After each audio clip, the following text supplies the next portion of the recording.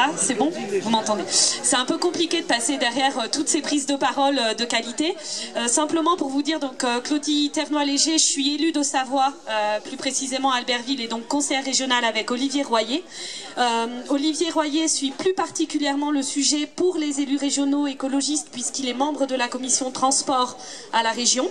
Et moi, je suis le dossier, on va dire, sur un autre domaine aussi, puisque directement concernée étant élue de Savoie. J'ai une autre casquette aussi professionnelle qui est la prévention des risques d'inondation. Et je me souviens de l'année passée quand on est venu en campagne, enfin c'est vrai que c'était lors de la campagne des régionales, et où on est allé voir ce qui s'était passé en bas, dans la vallée, ce qu'on a vu tout à l'heure, la suppression des zones humides, le fait que le PPRI de l'Arc, TELT, s'était assis dessus.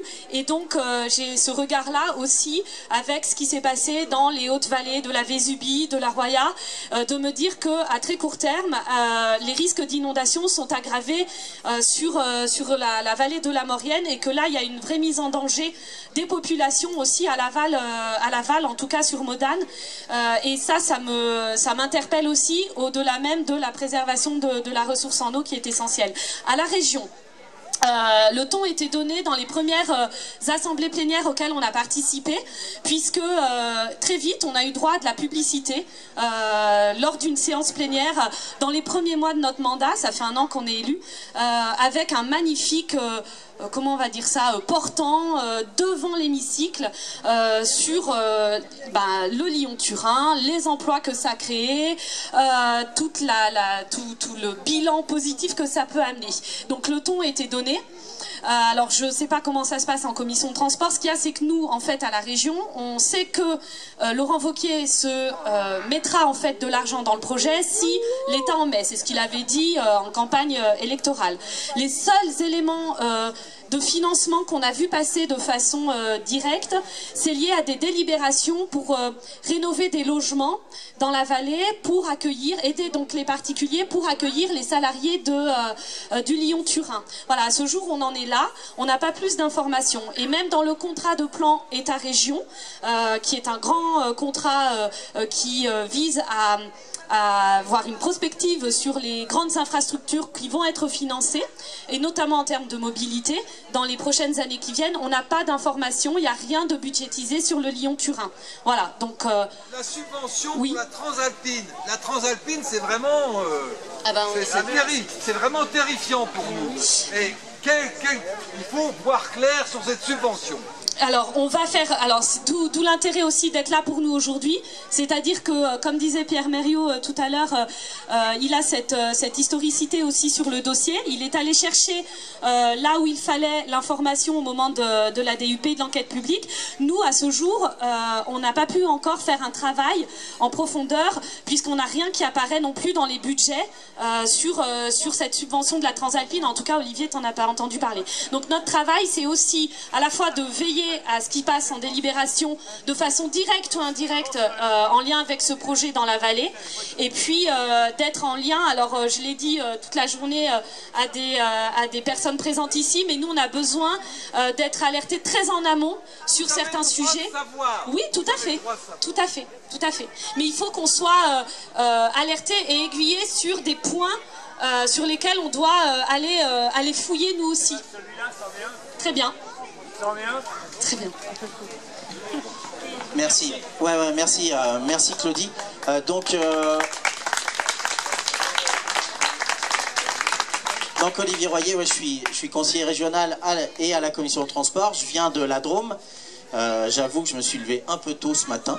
Donc désolé si je bafouille à quelques endroits du discours. Ce qu'on a fait, ce que nous on constate depuis 1 an, c'est que l'opacité que d'aucuns ont mis en avant à tous les niveaux, que ce soit au niveau européen, au niveau national, on le voit aussi au niveau du conseil régional. On sait que la politique de Laurent Wauquiez, c'est plutôt la route et pas le ferroviaire. Que sur la route, ils cherchent des moyens pour, par exemple, mettre 200 millions d'euros dans une route nationale, la RN 88,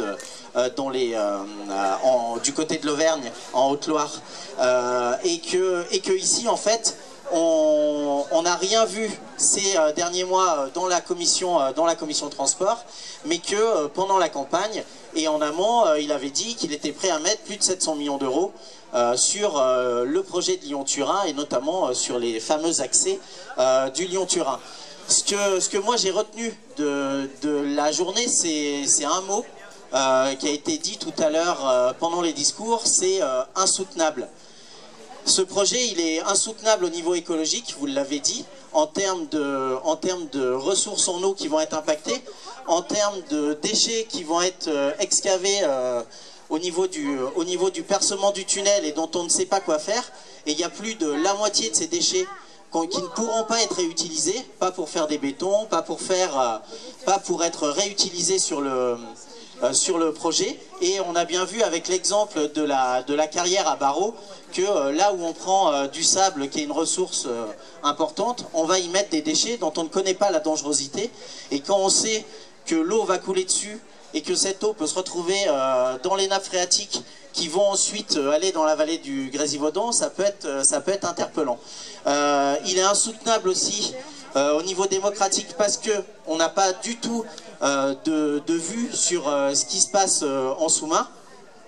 On ne sait pas quel argent est prévu et la majorité du conseil régional ne nous dit rien sur ses intentions et même au-delà, et ça fait partie des 2 interpellations qu'on a fait au niveau national, on s'est rendu compte qu'il y a des fonds qui étaient dédiés au report justement de la route vers le rail, 20 millions d'euros chaque année qui étaient tirés des ressources du tunnel du Mont Blanc, si je ne m'abuse, pour pouvoir justement permettre ce report modal, qui ont été complètement détournés pour aller vers le tunnel de Fréjus, qui est lui en déficit et qui aujourd'hui est plutôt sur une pente où on va doubler le tunnel grâce notamment à ces 200 millions d'euros qui ont été complètement détournés sur les 10 dernières années de leur destination première.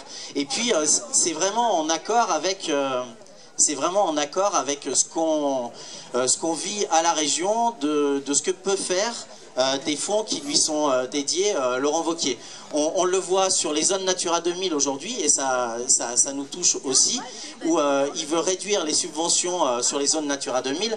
On le voit sur les projets leaders qui ont été parlés, dont on a parlé tout à l'heure, qui sont certainement un dernier endroit où la région n'a pas complètement la main sur à qui elle donne les subventions. Et aujourd'hui, il veut revoir les modalités de subvention du leader pour que les gens qui ne sont pas d'accord avec lui n'aient plus du tout de possibilité de faire financer les projets sans que le président de la région n'y ait la main, et sans qu'il puisse mettre ces fameux panneaux bleus à l'endroit où l'argent de la région arrive.